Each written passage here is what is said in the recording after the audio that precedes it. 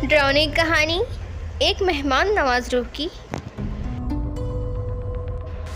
یہ واقعہ میرے خود کے ساتھ ہوا تھا جب میں، میری دوست اور اس کی فیملی سیر کے لیے ہنزا گئے تھے۔ رات کا دوسرا پہر ختم ہونے کو تھا۔ ہم ناران سے 12-13 گھنٹے کا سفر کر کے علی آباد پہنچے، جو کہ ہنزا کا ایک پرسکون اور پہاڑوں سے گھرا ہوا علاقہ ہے۔ چونکہ ہنزا کے لوگ صرف دن میں کام کرتے ہیں اور یہاں سردی بھی انتہا کی ہوتی ہے، جس کی وجہ سے وہاں بہت سناٹا اور وحشت پھیلی رہتی تھی، اور اسی وجہ سے ہمیں کمرہ تلاش کرنے میں بھی کافی دشواری ہوئی۔ کافی گھومنے پھرنے پر بھی ہمیں کوئی ہوٹل پسند نہیں آ رہا تھا۔ دیکھتے دیکھتے ہم ایک ریزورٹ کے باہر پہنچے، لیکن سب سو چکے تھے۔ ہم نے اونچی آوازیں دیں تو ایک لڑکا آیا اور ہمیں کمرہ دکھائے۔ ہمیں کمرہ پسند بھی آ گیا۔ سامان رکھنے کے بعد ہم اپنے اپنے کمروں میں چلے گئے۔ مجھے ایسا احساس ہوا جیسے مجھے کوئی کھڑکی سے دیکھ رہا ہے، لیکن جب میں نے باہر دیکھا تو وہاں کچھ بھی نہیں تھا۔ میں نے پردے ٹھیک کیے اور باہر کھڑی ہو کے اپنے دوست کا انتظار کرنے لگی تاکہ ہم کھانا لانے جا سکیں، اور اسی دوران مجھے ایسا احساس ہوا جیسے کوئی میرے بالکل پاس کھڑا ہے اور مجھے دیکھ رہا ہے۔ میں نے ادھر ادھر اچھی طرح دیکھا، لیکن کچھ بھی نہیں تھا۔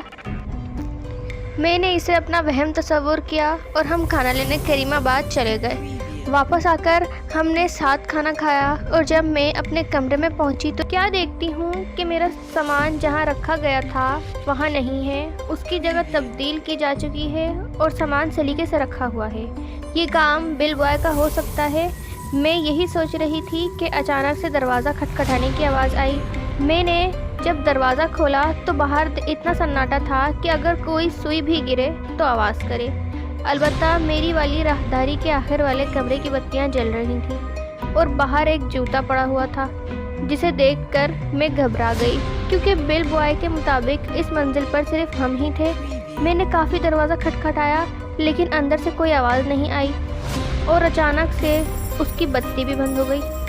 میں ڈری اور وہاں سے تیز تیز اپنے کمرے کی طرف آنے لگی کہ اچانک میری نظر باہر باغ میں لگے ایک بڑے سنگھوں والے مارخور کے سر پر پڑی، جس کا منہ میری طرف ہی تھا، اور اسی اثنا میں نیچے سے ایک بلی آئی اور میری طرف دیکھتے ہی بہت تیزی سے میرے پاس سے ہوتی ہوئی چھت پر بھاگ گئی، جسے دیکھ کر میرے رونگٹے کھڑے ہو گئے، اور میں نے اپنی دوست کو بلایا اور آیت الکرسی کا ورد شروع کر دیا۔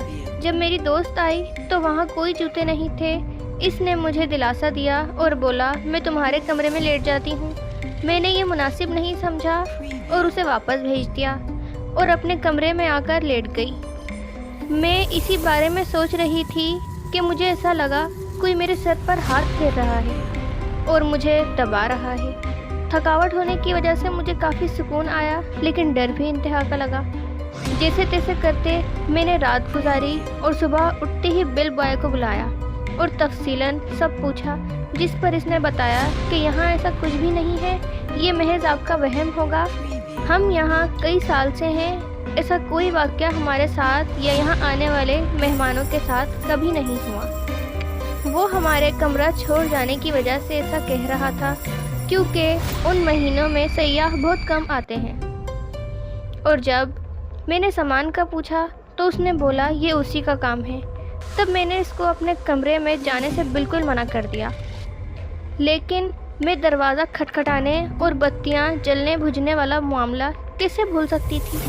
خیر، ہم نے دن گزارا اور رات کو پھر سے میں اپنے کمرے میں گئی تو میرا سامان پھر سے سلیقے سے رکھا ہوا تھا، جس پر مجھے غصہ بھی آیا اور حیرانی بھی ہوئی کہ میرے منع کرنے کے باوجود بل بوائے کمرے میں کیوں آیا۔ چونکہ رات ہو چکی تھی تو میں نے سوچا صبح پوچھوں گی۔ رات پھر کسی نے دروازہ کھٹکھٹایا۔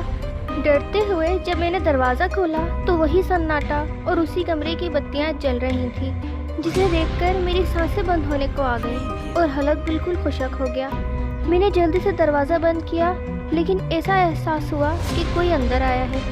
میں نے آیت الکرسی اور کل پڑھنے شروع کر دیے اور بولی، تم جو بھی ہو چلے جاؤ یہاں سے۔